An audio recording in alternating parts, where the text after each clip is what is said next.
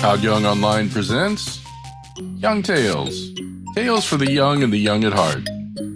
Today's story, The Return of Ulysses. Our final chapter from Wind in the Willows by Kenneth Grahame. When it began to grow dark, the rat, with an air of excitement and mystery, summoned them back into the parlor, stood each of them up alongside of his little heap, and proceeded to dress them up for the coming expedition. He was very earnest and thoroughgoing about it, and the affair took quite a long time. First, there was a belt to go round each animal, and then a sword to be stuck into each belt, and then a cutlass on the other side to balance it. Then a pair of pistols, a policeman's truncheon, several sets of handcuffs, some bandages and sticking plaster, and a flask and a sandwich case. The badger laughed good-humoredly and said, "All right, Ratty, it amuses you, and it doesn't hurt me. I'm going to do all I've got to do with this here stick." But the rat only said, "Please, Badger, you know I shouldn't like you to blame me afterwards and say I had forgotten anything." When all was quite ready, the badger took a dark lantern in one paw, grasped his great stick with the other, and said, "Now then, follow me. Mole first, 'cause I'm very pleased with him. Rat next, Toad last. And look here, Toady, don't you chatter so much as usual, or you'll be sent back as sure as fate." The toad was so anxious not to be left out that he took up the inferior position assigned to him without a murmur, and the animals set off. The badger led them along by the river for a little way, and then suddenly swung himself over the edge into a hole in the riverbank, a little above the water. The mole and the rat followed silently, swinging themselves successfully into the hole as they had seen the badger do, but when it came to Toad's turn, of course he managed to slip and fall into the water with a loud splash and a squeal of alarm. He was hauled out by his friends, rubbed down and wrung out hastily, comforted and set on his legs. But the badger was seriously angry, and told him that the very next time he made a fool of himself, he would most certainly be left behind. So at last they were in the secret passage, and the cutting out expedition had really begun. It was cold and dark and damp and low and narrow, and poor Toad began to shiver, partly from dread of what might be before him, and partly because he was throughout. The lantern was far ahead, and he could not help lagging behind a little in the darkness. Then he heard the rat call out warningly, "Come on, Toad!" And a terror seized him of being left behind, alone in the darkness, and he came on with such a rush that he upset the rat into the mole and the mole into the badger, and for a moment all was confusion. The badger thought they were being attacked from behind, and as there was no room to use a stick or a cutlass, drew a pistol and was on the point of putting a bullet into Toad.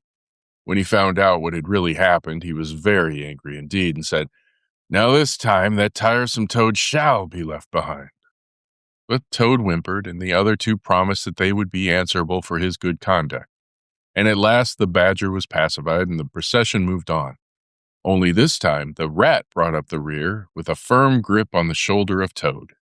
So they groped and shuffled along with their ears pricked up and their paws on their pistols, till at last the badger said, "We ought by now to be pretty nearly under the hall." Then suddenly they heard, far away as it might be, and yet apparently nearly over their heads, a confused murmur of sound, as if people were shouting and cheering and stamping on the floor and hammering on tables. The toad's nervous terrors all returned, but the badger only remarked placidly, "They are going it, the weasels." The passage now began to slope upwards.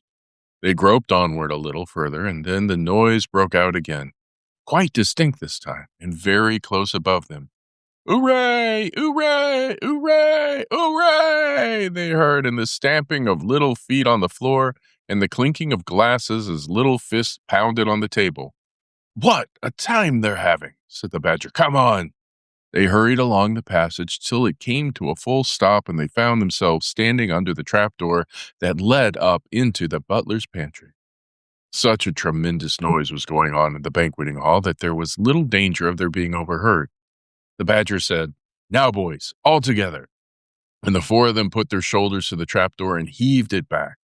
Hoisting each other up, they found themselves standing in the pantry with only a door between them and the banqueting hall where their unconscious enemies were carousing. The noise, as they emerged from the passage, was simply deafening. At last, as the cheering and hammering slowly subsided, a voice could be made out. Well, I do not propose to detain you much longer. Great applause began. But before I resume my seat, renewed cheering, and they were going at it. I should like to say one word about our kind host, Mr. Toad. We all know Toad. The place erupted in laughter. Good Toad, modest Toad, honest Toad. And they laughed even harder. Only just let me at him, muttered Toad, grinding his teeth. Hold hard a minute, said the Badger, restraining him with difficulty. Get ready, all of you. Let me sing you a little song, went on the voice, which I have composed on the subject of Toad. The place erupted into applause. Then the Chief Weasel, for it was he, began in a high, squeaky voice, Toad he went a-pleasuring gaily down the street. The Badger drew himself up, took a firm grip of his stick with both paws, glanced round at his comrades and cried, The hour has come! Follow me! And flung the door open wide. My, what a squealing and a squeaking and a screeching filled the air. Well might the terrified weasels dive under the tables and spring madly up at the windows. Well might the ferrets rush wildly for the fireplace and get hopelessly jammed in the chimney. Well might the tables and chairs be upset and glass and china be sent crashing on the floor in the panic of that terrible moment when the four heroes strode wrathfully into the room. The mighty Badger, his whiskers bristling, his great cudgel whistling through the air. Mole, black and grim, brandishing his stick and shouting his awful war cry, A mole! A mole! Rat, desperate and determined, his belt bulging with weapons of every age and every variety. Toad, frenzied with excitement and injured pride, swollen to twice his ordinary size, leaping into the air and emitting toad whoops that chilled them to the marrow. Toad, he went a-pleasuring, he yelled, I'll pleasure him, and he went straight for the Chief Weasel. They were but four in all, but to the panic-stricken weasels the hall seemed full of monstrous animals, gray, black, brown, and yellow, whooping and flourishing enormous cudgels, and they broke and fled with squeals of terror and dismay, this way and that, through the windows, up the chimney, anywhere to get out of the reach of those terrible sticks. The affair was soon over. Up and down the whole length of the hall strode the four friends, whacking with their sticks at every head that showed itself, and in 5 minutes the room was cleared. Through the broken windows, the shrieks of terrified weasels escaping across the lawn were borne faintly to their ears. On the floor lay prostrate some dozen or so of the enemy, on whom the mole was busily engaged in fitting handcuffs. The Badger, resting from his labors, leant on his stick and wiped his honest brow. Mole, he said, you're the best of fellows. Just cut along outside and look after those stoat sentries of yours and see what they're doing. I've an idea that, thanks to you, we shan't have much trouble from them tonight. The mole vanished promptly through a window, and the Badger bade the other two set a table on its legs again, pick up knives and forks and plates and glasses from the debris on the floor, and see if they could find materials for a supper. I want some grub, I do, he said, in that rather common way he had of speaking. Stir your stumps, Toad, and look lively. We've got your house back for you, and you don't offer us so much as a sandwich. Toad felt rather hurt that the Badger didn't say pleasant things to him, as he had to the mole, and tell him what a fine fellow he was and how splendidly he had fought, for he was rather particularly pleased with himself and the way he had gone for the Chief Weasel and sent him flying across the table with one blow of his stick. But he bustled about, and so did the rat, and soon they found some guava jelly in a glass dish and a cold chicken, a tongue that had hardly been touched, some trifle, and quite a lot of lobster salad. And in the pantry they came upon a basket full of French rolls and any quantity of cheese, butter, and celery. They were just about to sit down when the mole clambered in through the window, chuckling with an armful of rifles. It's all over, he reported. From what I can make out, as soon as the stoats, who were very nervous and jumpy already, heard the shrieks and the yells and the uproar inside the hall, some of them threw down their rifles and fled. The others stood fast for a bit, but when the weasels came rushing out upon them, they thought they were betrayed. And the stoats grappled with the weasels, and the weasels fought to get away, and they wrestled and wriggled and punched each other and rolled over and over, till most of them rolled into the river. They've all disappeared by now, one way or another, and I've got their rifles, so that's all right. Excellent and deserving animal, said the badger, his mouth full of chicken and trifle. Now there's just one more thing I want you to do, Mole, before you sit down to your supper along with us. And I wouldn't trouble you, only I know I can trust you to see a thing done, and I wish I could say the same of everyone I know. I'd sent Rat if he wasn't a poet. I want you to take those fellows on the floor there upstairs with you and have some bedrooms cleaned out and tidied up and made really comfortable. See that they sweep under the beds and put clean sheets and pillowcases on, and turn down one corner of the bedclothes, just as you know it ought to be done. And have a can of hot water and clean towels and fresh cakes of soap put in each room. And then you can give them a licking apiece, and if it's any satisfaction to you, and put them out by the back door, and we shan't see any more of them, I fancy. And then come along and have some of this cold tongue. It's first rate. I'm very pleased with you, Mole. The good-natured Mole picked up a stick, formed his prisoners up in a line on the floor, gave them the order, quick march, and led his squad off to the upper floor. After a time, he appeared again, smiling, and said that every room was ready and as clean as a new pin. And I didn't have to lick them either, he added. I thought on the whole they had had a licking enough for one night. And the weasels, when I put the point to 'em, quite agreed with me and said they wouldn't think of troubling me. They were very penitent and said they were extremely sorry for what they had done, but it was all the fault of the chief weasel and the stoats, and if ever they could do anything for us at any time to make up, we had only to mention it. So I gave them a roll apiece and let them out at the back, and off they ran as hard as they could. Then the mole pulled up his chair to the table and pitched into the cold tongue, and Toad, like the gentleman he was, put all his jealousy from him and said heartily, Thank you kindly, dear Mole, for all your pains and trouble tonight, and especially for your cleverness this morning.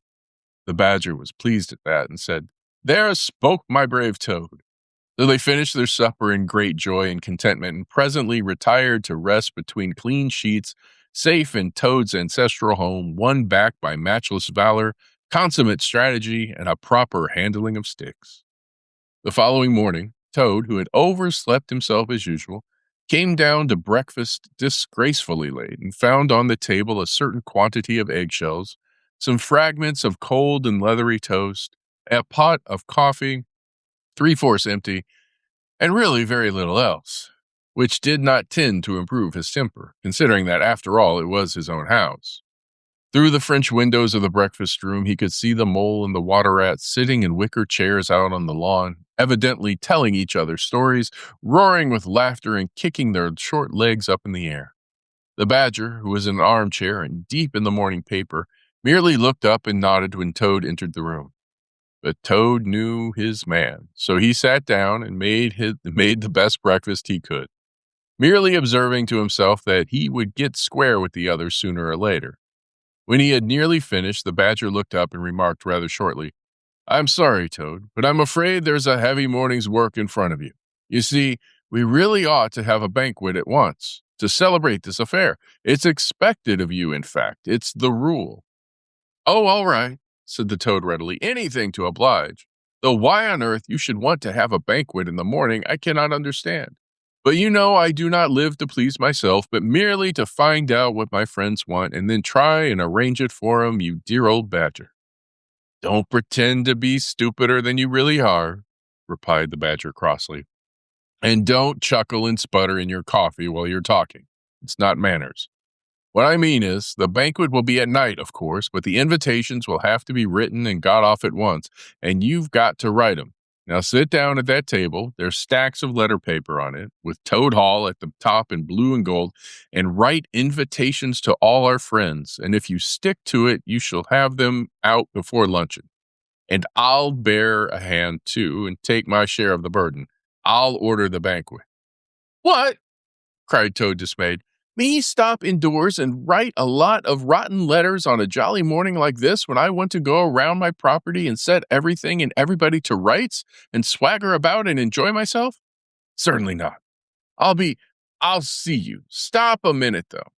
Why, of course, dear Badger. What is my pleasure or convenience compared with that of others? You wish it done, and it shall be done. Go, Badger, order the banquet, order what you like. Then join our young friends outside in their innocent mirth, oblivious of me and my cares and toils. I sacrifice this fair morning on altar of duty and friendship. The Badger looked at him very suspiciously. But Toad's frank, open countenance made it difficult to suggest any unworthy motive in this change of attitude. He quitted the room, accordingly, in the direction of the kitchen, and as soon as the door had closed behind him, Toad hurried to the writing table.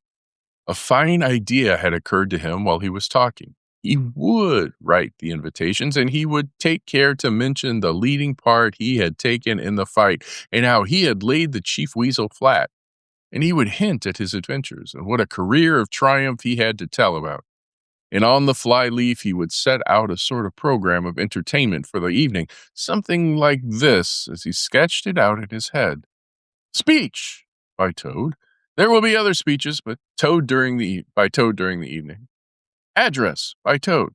A synopsis. Our prison system, the waterways of old England, horse dealing and how to deal, property, its rights and its duties, back to the land, a typical English squire.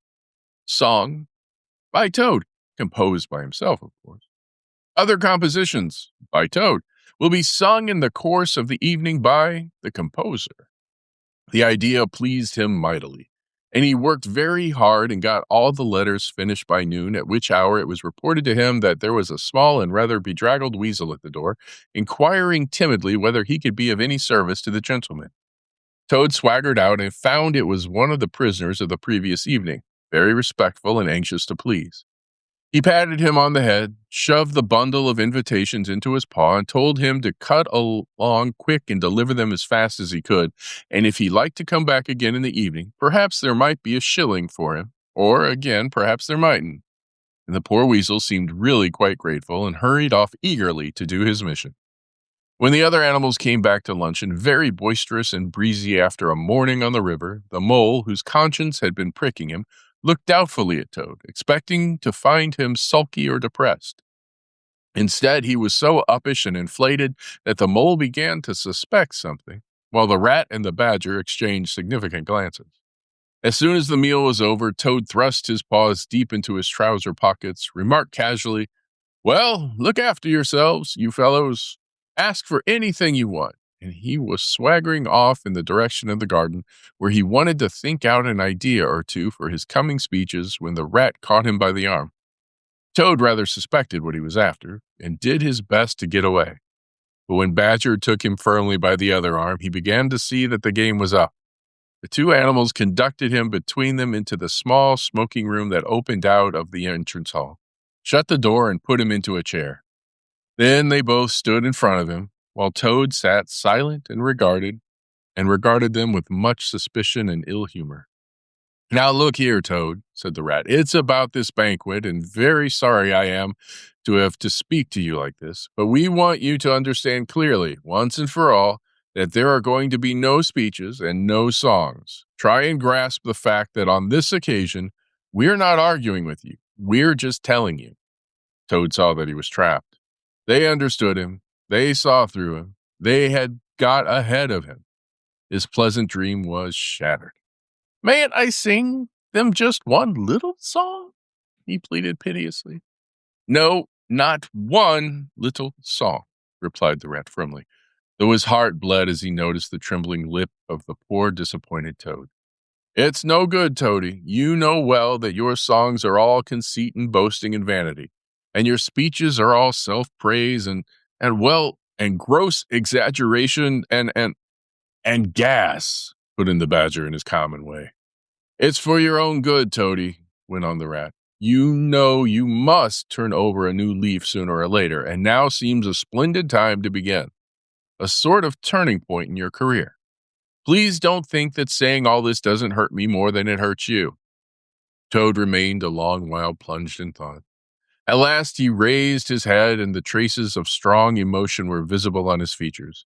"You have conquered, my friends," he said in broken accents. "It was, to be sure, but a small thing that I asked, merely leave to blossom and expand for yet one more evening.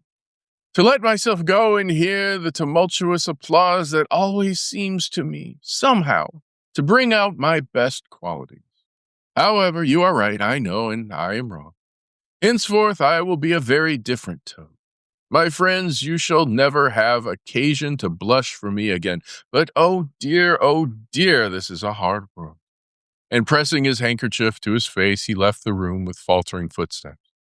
Badger, said the rat, I feel like a brute. I wonder what you feel like.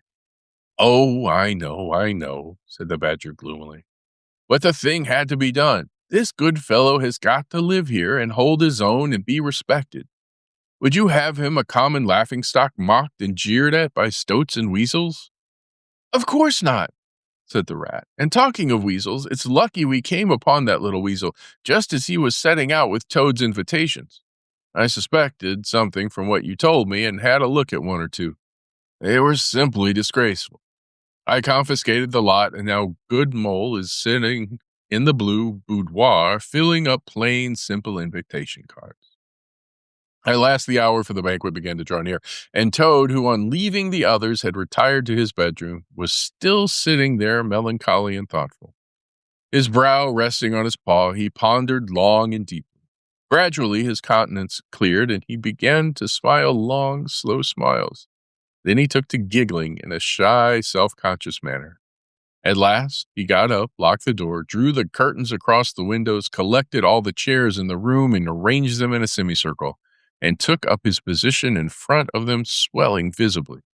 Then he bowed, coughed twice, and letting himself go with uplifted voice, he sang to the enraptured audience that his imagination so clearly saw. Toad's last little song. The Toad came home. There was a panic in the parlors and a howling in the halls. There was crying in the cowsheds and shrieking in the stalls. When the Toad came home. When the Toad came home, there was smashing in of window and crashing in of door. There was shiving of weasels and fainted on the floor. When the Toad came home. Bang go the drums. The trumpeters are tooting and the soldiers are saluting, and the cannon they are shooting and the motor cars are hooting as the hero comes home. Shout hooray, and let each one of the crowd try and shout it very loud in honor of an animal of whom you're justly proud, for it's Toad's great day. He sang this very loud, with great unction and expression, and when he had done, he sang it all over again. Then he heaved a deep sigh, a long, long, long sigh. Then he dipped his hairbrush in the water jug. I can't get over he's got hair. Parted his hair in the middle and plastered it down very straight and sleek on each side of his face, and unlocking the door, went quietly down the stairs to greet his guests, who he knew must be assembling in the drawing room. All the animals cheered when he entered and crowded round to congratulate him and say nice things about his courage and his cleverness and his fighting qualities. But Toad only smiled faintly and murmured, "Not at all," or sometimes, for a change, "On the contrary." Otter, who was standing at the hearthrug, describing to an admiring circle of friends exactly how he would have managed things had he been there, came forward with a shout, threw his arm round Toad's neck, and tried to take him round the room in triumphal progress. But Toad, in a mild way, was rather snubby to him, remarking gently as he disengaged himself, "Badger's was the mastermind. The mole and the water rat bore the brunt of the fighting. I merely served in the ranks and did little or nothing." The animals were evidently puzzled and taken aback by this unexpected attitude of his, and Toad felt, as he moved from one guest to the other, making his modest responses, that he was an object of absorbing interest to everyone. The Badger had ordered everything of the best, and the banquet was a great success. There was much talking and laughter and chaff among the animals, and but through it all, Toad, who of course was in a chair, looked down his nose and murmured pleasant nothings to the animals on either side of him. At intervals, he stole a glance at the Badger and the Rat, and always when he looked, they were staring at each other with their mouths open, and this gave him the greatest satisfaction. Some of the younger and livelier animals, as the evening wore on, got whispering to each other that things were not so amusing as they used to be in the good old days. And there were some knockings on the tables and cries of, "Toad, speech! Speech from Toad! Song! Mr. Toad's song!" But Toad only shook his head gently, raised one paw in mild protest, and by pressing delicacies on his guests, by topical small talk, and by earnest inquiries after members of their families not yet old enough to appear at social functions, managed to convey to them that this dinner was being run on strictly conventional lines. He was indeed an altered Toad. After this climax, the four animals continued to lead their lives, so rudely broken in upon by civil war, in great joy and contentment, undisturbed by further risings or invasions. Toad, after due consultation with his friends, selected a handsome gold chain and locket set with pearls, which he dispatched to the jailer's daughter with a letter that even the badger admitted to be modest, grateful, and appreciative. And the engine driver, in his turn, was properly thanked and compensated for all his pains and troubles. Under severe compulsion from the badger, even the barge woman was, with some trouble, sought out, and the value of her horse discreetly made good to her. Though Toad kicked terribly at this, holding himself to be an instrument of fate, sent to punish fat women with mottled arms who couldn't tell a real gentleman when they saw one. The amount involved, it was true, was not very burdensome, the gypsy's valuation being admitted by local assessors to be approximately correct.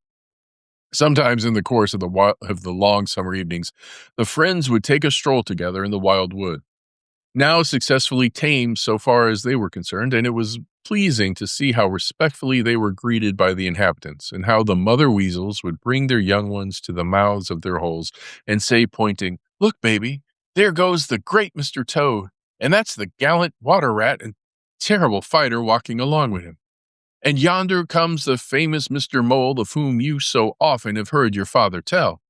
But when their infants were fractious and quite beyond control, they would quiet them by telling how, if they didn't hush them and not fret them, the terrible gray badger would up and get them. This was a base libel on Badger, who, though he cared little about society, was rather fond of children, but it never failed to have its full effect. And here's where we end for today. Young Tales is produced and narrated by Todd Young from Todd Young Online. If you enjoyed this, please like and subscribe and join us next time for another story. Thank you for your support.